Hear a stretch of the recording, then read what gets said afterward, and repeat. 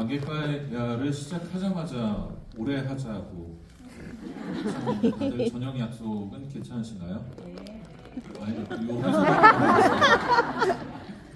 네, 일단은 끝에 계신 분부터 인사를 해주시면 될 것 같은데요. 특히 소리꾼들은 인사를 하실 때 누굽니다. 오늘의 어떤 시인의 어느 대목을 불렀습니다까지 해주시면 더 잘 이해될 것 같습니다.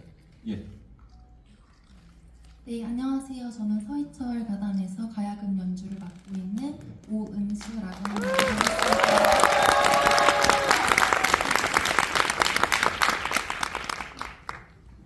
네, 안녕하세요. 윤동주의 별 해는 밤을 맡은 소리꾼 김수인입니다. 반갑습니다. 네, 안녕하세요. 김영랑 시인의 모란이 피기까지는과 언덕의 바로 노어를 맡은 소리꾼 이성현입니다.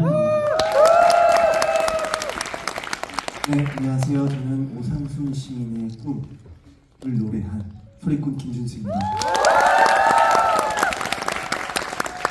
네, 안녕하세요. 저는 한용운 시인의 님의 침묵을 노래한 귀염둥이 소리꾼 유태길입니다. 그런 인사 멘트 배제해 주시면 앞에서 굉장히 불쾌한 네, 저는 김수영 시인의 폭포를 노래한 소리꾼 정보관입니다. 네, 안녕하세요. 저는 정지용 시인의 향수를 노래한 소리꾼 서의철입니다. 네, 안녕하세요. 저는 좀 많은데요. 초혼, 그다음에 김소월 시인의 초혼, 엄마야 누나야, 그다음에 진달래꽃, 그다음에 못 잊어를 소리한 소리꾼 최장신 소리꾼 박민영입니다. 예. 네, 안녕하십니까. 저는 이 작품의 대본과 연출을 한 지기학입니다. 반갑습니다. 네, 이렇게 인사 들어봤고요. 여러분들께서 보내주신 질문지를 좀 바탕으로 질문들을 정리해서 먼저 질문을 드리겠습니다. 일단은 제목이 궁금하다. 님의 침묵이 님이 침묵한 까닭 중머리에 대하여 어떤 것을 뜻하고 있는지 먼저 연출님께서 말씀해 주시면 됩니다. 네, 일어나서 말씀드리겠습니다. 사실 작품의 플레임이 굉장히 길죠. 네, 그래서 제가 기자간담회 때도 그런 얘기를 했는데 이 작품의 제목들을 하나하나씩 뜯어보면은 이 작품이 지향하고자 했던 지점이 나옵니다. 그래서 시를 읽다고 난도, 선소리 이런 건 뭐 대략 관객분들이 이해하실 것 같습니다. 그 선소리라는 거는 우리 그 민요의 공연 형태죠. 앉은 좌창이 있고 서서 하는 입창 뭐 이렇게 볼 수 있고요. 그다음에 뭐 시를 읽다는 얘기는 시는 기본적으로 읽기 위해서 그리고 노래하기 위해서 쓰여진다는 기본적인 뭐 전제가 있다고. 요즘 시들은 그렇지 않다고 여겨지는 것들도 있지만 기본적으로 그런 관점이 있는 거고. 그다음에 님이 침묵한 까닭 중머리에 대하여 요게 이제 가장 궁금하실 텐데요. 제가 우리 음악을 판소리 관련한 일들을 계속 해 오다 보니까 저는 그 장단 이름이 굉장히 궁금했었습니다. 근데 가운데 중자를 쓰거든요. 중머리라는 장단이. 근데 머리냐 몰이냐 이런 논쟁들은 굉장히 많았었고 그걸 또 통일해야 된다는 그런 얘기까지 있었어요. 그래서 몰이로 통일을 한 걸로 제가 알고 있는데요. 기본적으로 저는 그거에 이렇게 조금 소수 의견일지 모르지만 동의하지는 않습니다. 그래서 몰이와 머리가 같이 쓰여져야 된다는 생각을 하고 그런데 이제 요 몰이와 머리보다는 제가 생각하기에 중요한 개념이 중인데 이 가운데 중이라는 것이 도대체 무엇이냐 이제 이런 의문을 계속 가졌었는데요. 이 가운데 일반적으로 이제 아마 지금 핸드폰에서 검색을 해보시면 중머리를 검색해 보시면 중간 빠르기의 장단이라고 나와 있습니다. 그래서 중간 빠르기라는 게 도대체 어떤 빠르기일까? 이제 여기서 시작이 됐습니다. 만약 물리적으로 중간 빠르기라면 이것과 이것 사이의 중간이라는 말이 성립해야 되는데 그런 말은 전혀 언급이 없고 그냥 중간 빠르기. 그래서 장단을 다 빠르기의 개념으로 생각을 합니다. 일반적으로, 통상적으로. 그런데 현장에서는 느린 중머리, 빠른 중머리 또 이렇게 쓰기도 합니다. 그러니까 이 중이라는 개념은 결국 빠르기의 개념이 아니라는 얘기에서 이제 제가 모티브를 잡았고, 기본적으로 이제 장단의 이 장단의 그 탄생과 더불어서 이렇게 발전해 온 것을 보면 요 중머리 장단 위에 도들이라는 장단이 있습니다. 육박 장단인데 요걸 한 번 더 치면 중머리 장단이 되는데 이렇게 이야기가 길어질 때는 방위를 지금 하게 되는 것 같은데 예, 그래서 그냥 제가 스쳐 지나가려고 했는데 아무튼 그런 얘기인데 이 중의 개념이 사실 영산회상에 다 있게 됩니다. 도들이 위해서 중으로 발전한 그 과정을 보면 그러면 결국 님의 침묵이라는 그 한용운의 승려 시인이셨던 한용운이 님의 침묵이라는 걸 이렇게 지적하고 싶었던 지점과 중머리가 드러내고 싶은 지점이 저는 동일한 지점이라고 생각을 했습니다. 그래서 이런 작품을 엮게 됐는데요. 그래서 그런 저의 생각들을 이 작품 전체에 이렇게 이 모양새, 브라킹을 그리고 이런 모양새와 음악을 구성하고 쌓아가고 중간중간에 이렇게 소리 없음을 통해서 그걸 문득문득 드러내 보여드리기도 하고 뭐 이렇게 좀 전체 작품을 구성했습니다. 이상 마치겠습니다. 너무 길었습니다.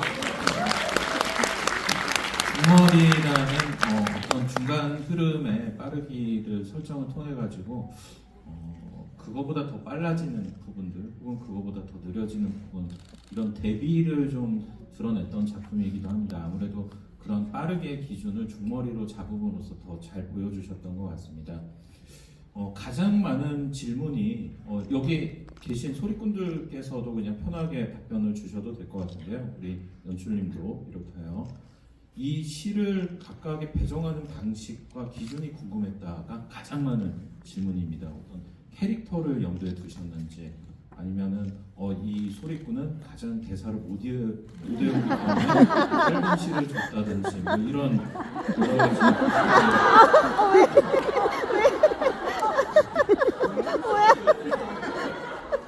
네.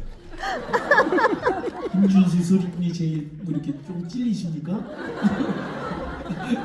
꼭 그런 건 아니고요. 네. 각자 얘기들 좀 해주시죠. 우리 소리꾼들. 그리고 이런 질문도 가장 많습니다. 각자가 맡은 시를 노래하면서 사실은 이 시가 나한테 맞지 않다. 나는 저 시가 더 부르고 싶었다. 뭐 이런 것도 같이 말씀해 주시면 좋을 것 같습니다. 그러면 마이크를 들고 있는 김에 제가 먼저 얘기를 하겠습니다.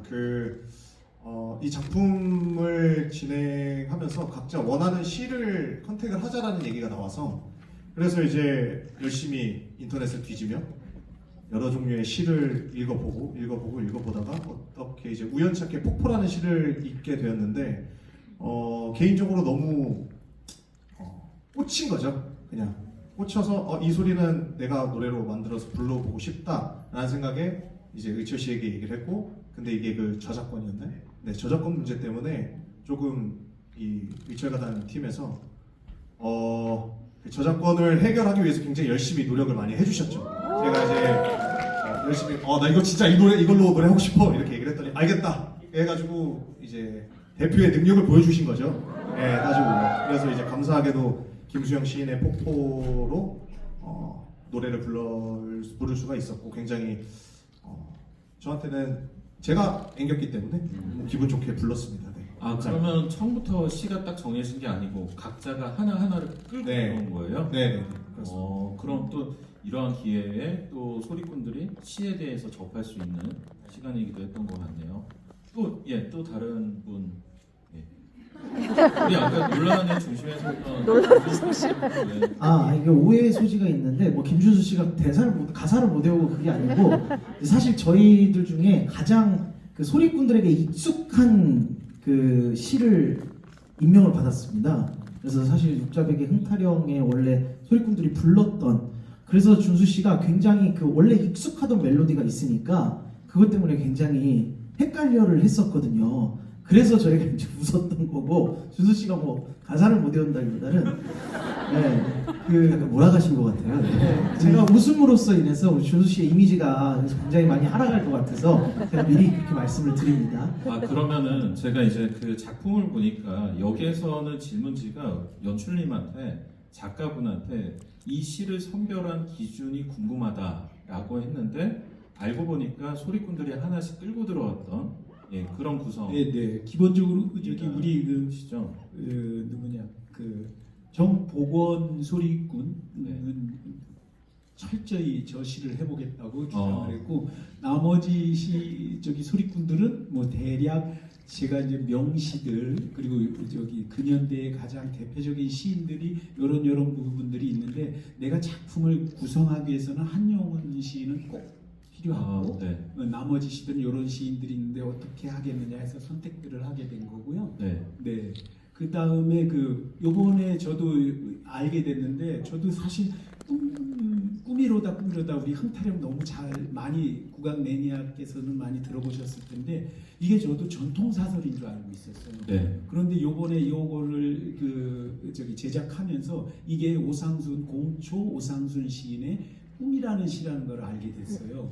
그래서 사실 김준수 소리꾼을 맨 마지막에 배치를 하고 꿈을 계속 노래하는 것은 사실 이 중몰이라는 그 중개념과 또 님이 침묵한 까닭과 사실 저는 또 같은 지점이라고 생각했어요.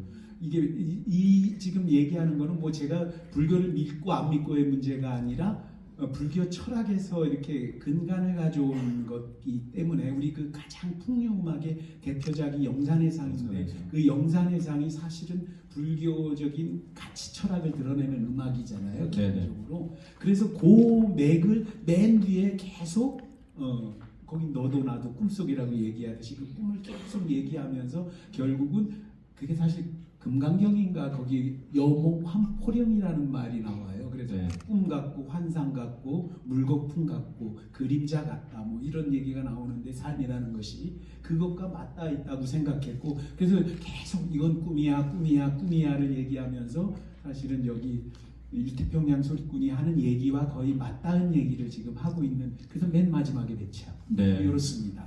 그러면은 그 각자가 어떻게 보면은 낭송을 하면서 그 시와 더 친밀해지고 어떻게 보면은 이 무대를 통해서 우리가 잊고 있던 그 근현대 문학 속의 시들도 다시 한번 이렇게 소리꽃으로 피는 시간도 아직 맞아볼 수 있었는데요.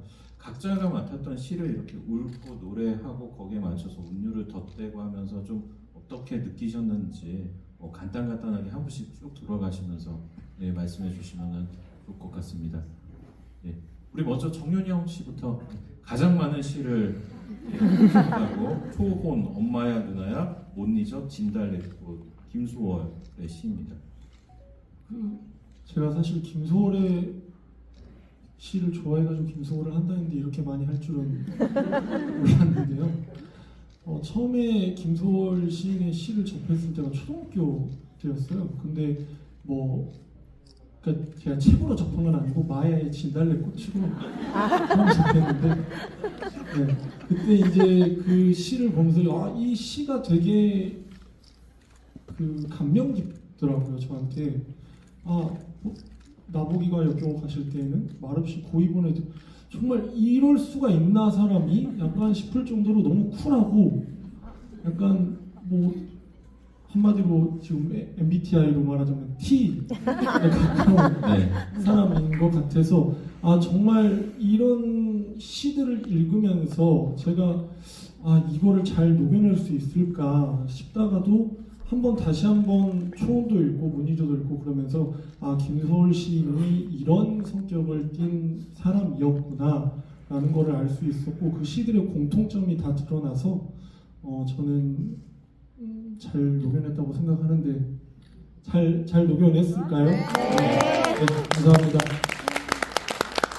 네, 이거 시를 이제 정할 때쯤 저희 이제 권민서 PD님, 프로듀서님께서 추석쯤이었던 것 같아요. 시를 조금 이렇게 선별을 하셔서 저희한테 단체 톡방에 올려주셨어요. 선착순으로 모집합니다. 근데 1번으로 김소를 가져가시더라고요. 근데 제가 사실 김소를 하고 싶었거든요. 작년에 그 김소월이라는 뮤지컬 하면서 너무 김소월 역을 맡으면서 좀 감명 깊은 게 많아서 김소월 하고 싶었는데 윤영 씨에게 이제 뺏기고 다음 것들을 이렇게 살펴갔는데 제가 옛날에 광주에서 그 은수 씨랑 함께 성악가 선생님과 향수라는 노래를 부른 적이 있어요. 넓은 벌동쪽 끝으로. 근데 이거가 너무 노래가 어려운 거예요. 그래서 참 고역이었던 기억이 나면서 아 그럼 이거를 내 입맛에 맞게 한번 불러보겠다라는 각오를 가지고 이제 향수를 선택하게 됐는데 평양 우리 작작가님께서 아 너 시 정말 소리 붙이기 어려워 이렇게 말씀을 해주시더라고요. 근데 저도 마찬가지였습니다. 저도 작작하면서 제 시가 제일 마음에 안 들었던 것 같습니다. 네. 여기까지 하겠습니다. 네.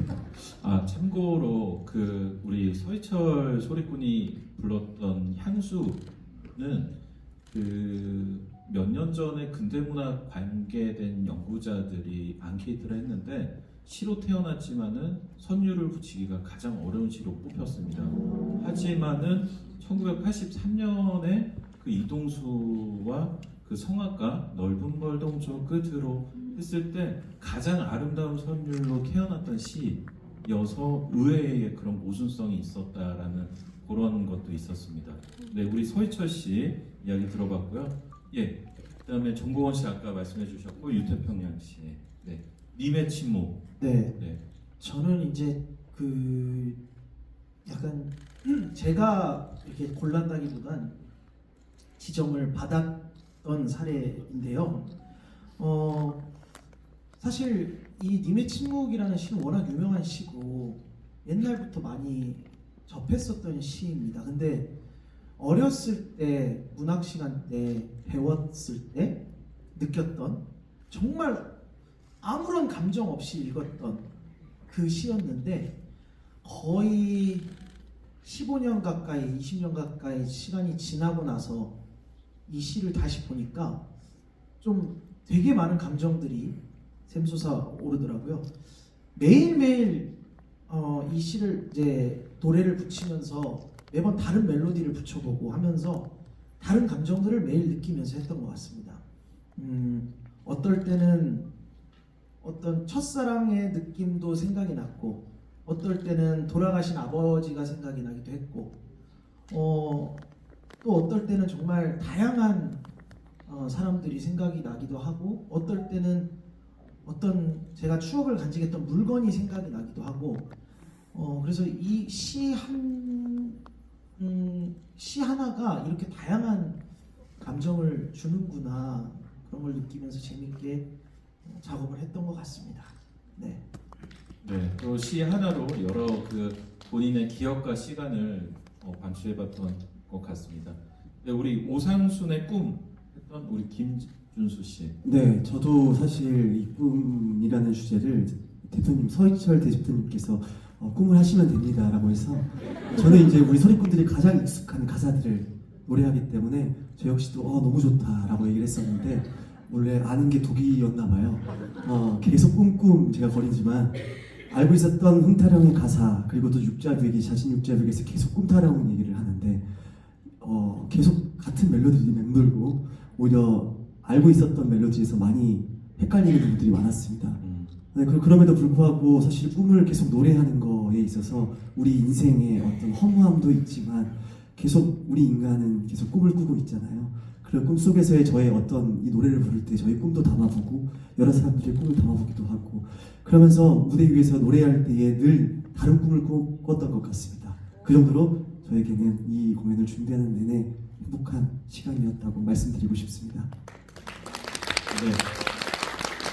그리고 김영랑의 시를 노래한 이성현 씨. 네, 저는 순전히 이제 시어만 보고 골랐거든요. 그래서 그 너무 유명한 시들은 하고 싶지가 않았어요. 뭐 별에는 밤이나 뭐 항수나 네, 이런 거 진짜 하기 싫었어요. 왜냐면 너무 유명해서 역효과가 날 것 같아가지고 최대한 덜 유명하면서 저의 이 안에 담겨 있는 한과 서름과 그 어떤 말로 표현하지 못하는 그 감정을 표현할 수 있는 시어를 골랐거든요. 그래서 시가 너무 좋았던 것도 있지만 우리 작창가님 두 분께서 정말 처음에 서희철 작창가님 이제 작창해주시고 이제 이틀평양 작창가님께서 이제 그 약간 뭐라고 해야 되죠? 이거 리메이크라고 해야 되나요? 좀 손을 이게 또 봐주셔서 소정 보완을 해주셔서 이제 이런 곡이 탄생했는데요. 정말 부를 때마다 너무 이렇게 앵기고 뭔가 이렇게 여튼 말로 표현할 수 없는 그 감정이 느껴져서 노래도 좋고 그 시어도 너무 좋고 그래서 잘 골랐다라고 생각하고 있고 작창가님께서도 제 시어가 가장 작창하기 좋았다라고 말씀하셨기 때문에 잘 골랐다고 생각하고 있습니다. 감사합니다. 네. 그리고 윤동주 별 해는 밤 노래해주신 우리 김수인 소리꾼.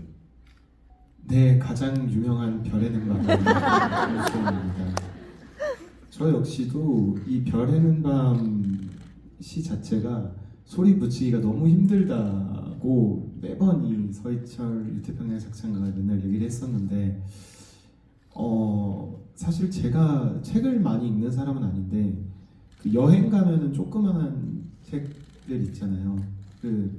그때 이제 가지고 갔던 게 윤동주 시인의 시집 하늘과 바람과 별과 시라는 그걸 이렇게 갖고 가서 보고 그랬었는데 제가 유일하게 다 읽어본 시집이 윤동주의 시집이었고 또 그 중에서 가장 뭔가 너무 청초하다, 너무 아름답다, 정말 많은 생각을 할 수 있게 해줬던 시가 별 해는 밤이었고 그 별 해는 밤에 많이 빠져 있어서 동주라는 영화를 굉장히 많이 봤었고 그 강하늘 씨하고 박정민 씨 주인공으로 된 꼭 보세요. 진짜 그 영화 좋거든요. 그래서 이거를 또 소리로 한번 불러보니까 매번 느낌이 색달랐던 것 같아요. 이렇게 뭔가 소리와는 조금은 안 어울리는 시어들이 많다고 저는 생각하거든요. 근데 이게 또 전통의 색채를 입고 전통의 옷을 입으니까 너무 아름다운 하나의 육자백이고 그리고 또 개구리 타령 삼삼발락이 되는 걸 보고 시와 또 그리고 또 이 글이 주는 힘이 굉장히 크구나라는 걸 많이 느꼈습니다. 그래서 정말 너무 좋은 경험이었고 저 때 이 시 때문에 우리 두 작창가님이 굉장히 고생이 많으셨지만 그 고생만큼 좋은 곡이 나온 것 같아서 정말 한 3일 내내 정말 뿌듯한 공연이었지 않나 싶습니다. 감사합니다. 네. 진짜 저는 대본집을 읽으면서 공연을 봤는데 한소리의 어감이라든지 이 곡조의 느낌하고는 조금 안 맞는 듯한 그런 현대어들도 굉장히 많았는데 오늘은 그런 거리낌은 없었던 것 같아요. 그만큼 이제 많은 노력을 해주신 것 같고요. 그리고 여러분들이 오늘 보신 공연은 서희철 가단, 서희철님께서 이끌고 계시는 서희철 가단이 만든 공연인데 가단이라고 한다면 이제 노래 가짜를 쓰고 노래와 함께하는 악사들의 어떤 앙상블이라 볼 수가 있겠는데요. 오늘 연주하시는 모습을 보셔서 아시겠지만 악사들마다 악보가 없습니다. 그 현장에서의 분위기라든지 아니면 소리꾼의 어떤 음악적인 상태 이런 것들과 맞물려서 여러 음악들을 만들었는데요. 사실은 이 음악들을 만들기까지의 여러 이 대본들을 보면은 어떠한 음악을 하라고는 우리 직양 연출의 어떤 그 명령밖에 없는데요. 그 명령도 이런 식입니다.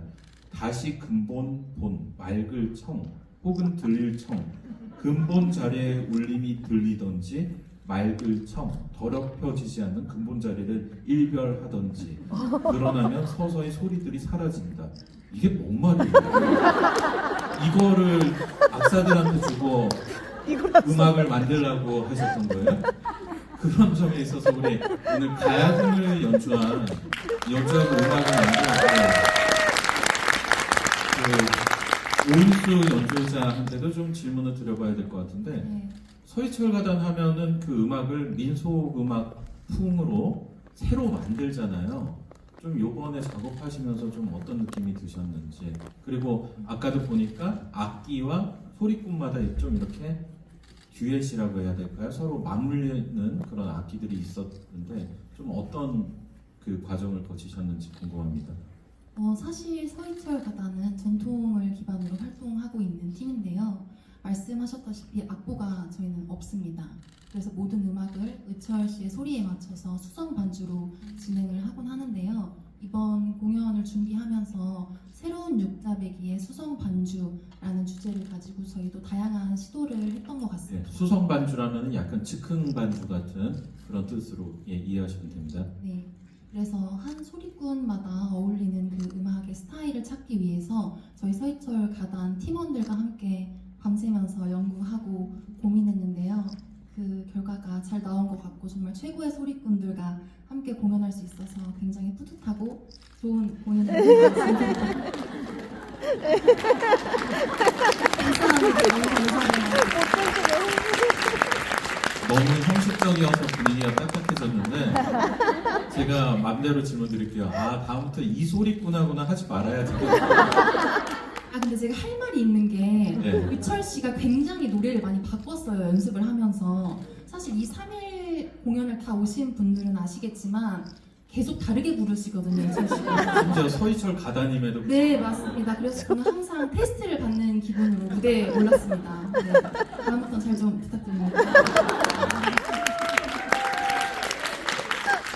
사실 이 소리꾼들의 음악이라는 것은 약간 좀 지금은 이렇게 배우고 뭔가 규격화되어 있고 정립되어 있는데 과거의 소리꾼들의 이야기를 들어보면 이제 그때그때마다 다른 어떤 즉흥적인 그런 요소들이 참 많았다고 합니다. 무대에 대해서도 좀 질문이 많은데요. 사실 이 질문지의 절반이 다 김준수 씨 거여가지고 예. 앞서 이거를 많이 질문해 주셨더라고요. 소리꾼들이 등장해서 신발을 벗고 가지런히 놓는 이유가 무엇이냐, 그리고 갓이 왜 작은 소갓을 이렇게 다 착용을 했냐, 이런 것도 이제 시각적인 요소로 상당히 중요하니까. 네, 저는 이게 그냥 우리 전통 예술 공연할 때 주로 쓰는 그냥 이게 화문석 정도라고 생각하거든요. 일단은. 근데 이제 그 문양이 다 사라져 여기에 구현되지 않았고요. 화문석에 올라서면 당연히 신발을 벗고 버섯발로 올라서게 되죠.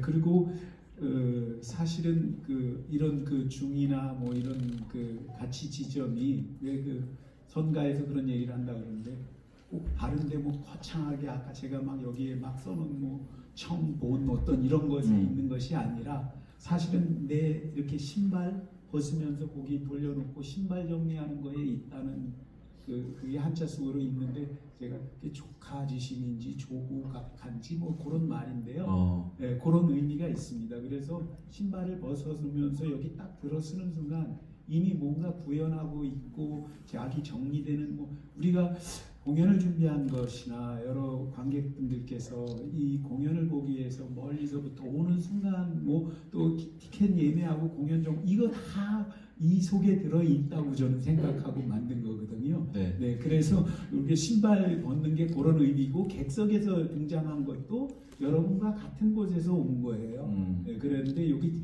잠깐 요 순간 우리 이렇게 같이 연이 돼서 여기서 신나게 한판 놀아보는 거, 뭐 이렇게 생각한 거예요. 그 다음에 소갓은 이게 원래 1930년대 뭐 이때까지도 소리꾼들이 다 쓰던 전통 의상이에요. 확실하게 전통 의상입니다. 지금 뭐 대갓에 큰 도포자락 입는 거는 아주 얼마 되지 않습니다. 실제로. 그래서 예전 뭐 혹시 한번 검색해 보시면 이동백 선생이나 송만갑 선생 이런 분들 검색해 보시면 다 소갓입니다. 그런데 이분들이 대갓을 썼으면 이 조명빛 때문에 얼굴이 다 그늘져 보여요. 네, 그래서 이렇게 소갓을 쓰면 얼굴도 잘 드러나서 소리꾼의 표정 보는 게 또 중요한 뭐가 아닙니까? 인물 취재.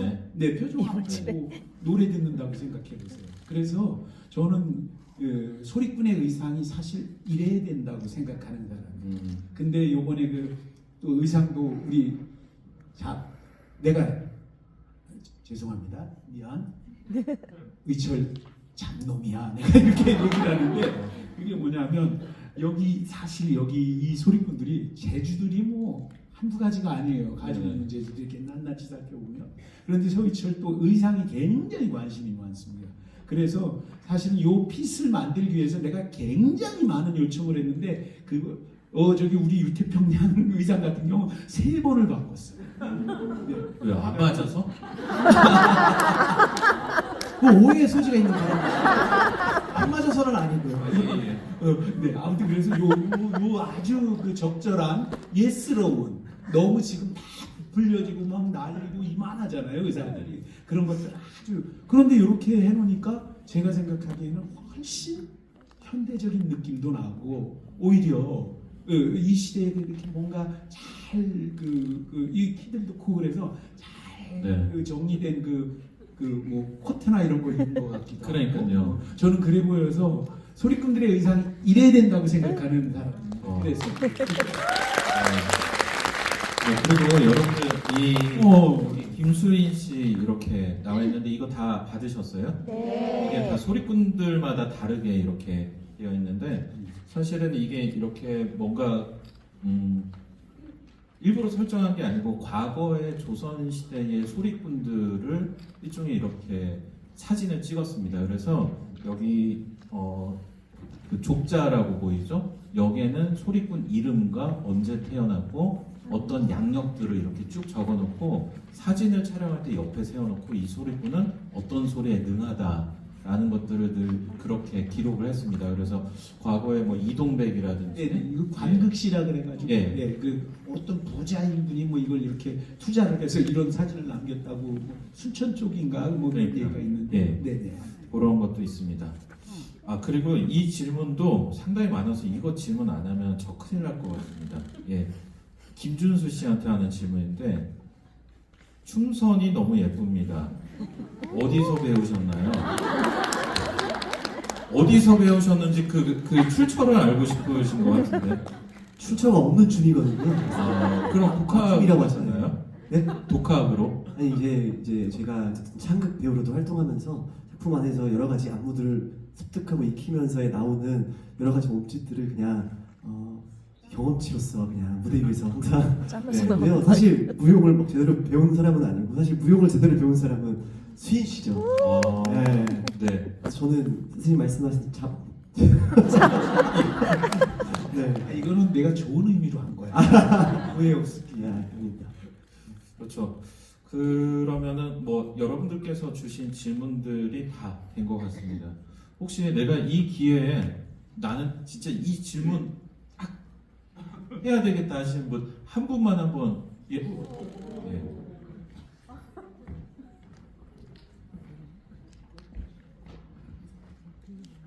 네, 공연 아주 잘 봤습니다. 작창하신 두 분께 여쭤보고 싶은데 각 소리꾼이 다 성함이 특색이 다르고 개성이 달라서 이런 부분을 어떻게 고려해서 작창을 하셨는지가 궁금했습니다. 작창하신 두 분이 서희철 소리꾼하고 네.